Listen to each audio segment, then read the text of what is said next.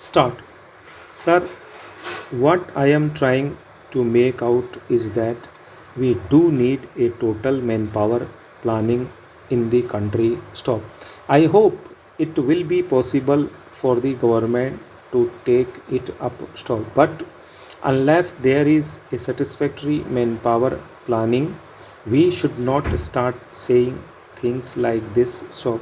I mean, when we open an arts college, we are told do not open so many arts colleges. Stop. The country has got enough of arts colleges. Stop. Open only science colleges, and if science colleges are opened, we are told our science graduates are unemployed and we are asked to diversify and vocationalize, and yet people who take trade certificates or diplomas or degrees in engineering are unemployed. Stop. They tell us do not put any restriction, do not restrict it. Stop. So the real problem is that there will be unemployment unless the economy gets momentum, and when the momentum comes, those who are unemployed will find employment. Stop. But what I would like to submit is that we must adopt a forward looking policy. Stop. Suppose there is a recession and we immediately decide to cut down the facilities for technical and scientific education. The result would be that when the economy gathers momentum, we will take 5 years to produce the engineers that we need and the technical personnel that we require for the development of our country. Stopera. Sir, there has been another difficulty. Stop. Unfortunately, there was on a vast scale an import of technical know-how, and no sufficient attention was paid to the development of indigenous know-how. Stop. The present policy of the government is to go in for self-reliance in a massive way. Stop. The minister for planning has given an assurance that within 2 years all the technically educated people will be given employment, and that would include all MSCs. Stop. This is a very hopeful sign, and therefore the education minister should not be asked unnecessarily to restrict higher education. Stop. Furthermore, the Education Commission had made a recommendation that at least 6% of the people in the age group of 17 to 23 should be going to some institution of higher education or the other in the country by 1986. Stop. The present percentage in the country is 3 to 1. Stop.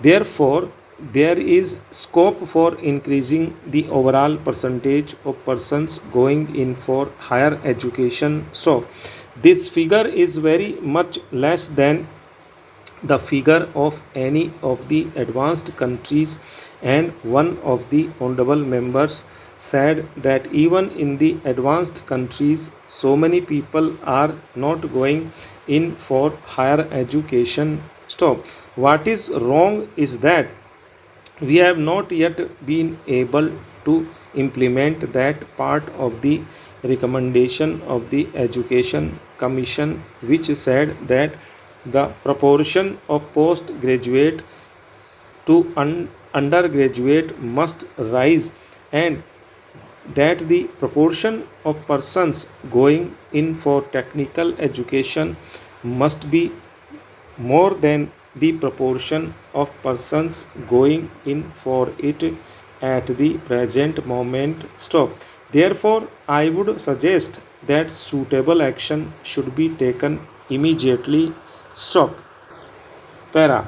Secondly, if you compare the percentage of students going in for higher education in science and arts, you will observe that the percentage of those who are going in for science is still not as much as has been recommended by the Education Commission, and I entirely agree with the recommendations of the Commission in this regard. So, therefore, there is a great deal of need for proper planning of higher education, and I hope that the Planning Commission will be taking up the matter in consultation with the Ministry of Education, the UGC, the state governments, and that this would depend on the tempo of economic development and change. So, sir, looking at the clock, I am a little worried, but I would, if I may, take another 10 minutes to explain what the government is attempting to do in the field of primary education, which has been emphasized so much by many honorable members, and in my opinion, quite rightly, the focus was on the removal of illiteracy and giving primary education a few direction. Stopera. Sir, the main point which we should all remember is that the present appalling figure of illiteracy has risen because we were unable to enroll all children in the age group of 6 to 11 in the primary schools, and even where we did succeed in enrolling them, they dropped off from schools unusually after 1 year. If this had not been happening continuously over a large number of years, the present figure of illiteracy would not have been as high as it is today. Stop. If we take an analysis of those who are not yet going today to the elementary schools in the age group of or 6 to 11 years, we will find that the greatest shortfall is among girls, among the scheduled castes, among the scheduled tribes, as the two honorable members quite rightly pointed out, among those who want their children to add to the family income stock. Therefore, we have to provide for 110% enrollment because that seems to be the objective, because there would always be in villages people who do not remember their ages. There would be some a little below, a few would continue after that age, and then there would be shortfalls occasionally. Stop. And if I may say so, our statistics given by village schools are not exactly as accurate as the figures given by a computer. Stop. Therefore, we must plan for 110% enrollment in the schools in the villages. Stopera. Now, this involves a new strategy. Stop. We have to take into account all the suggestions that have been made. Stop. For example, Shri Menon said that the timing of certain schools must be changed. Stop.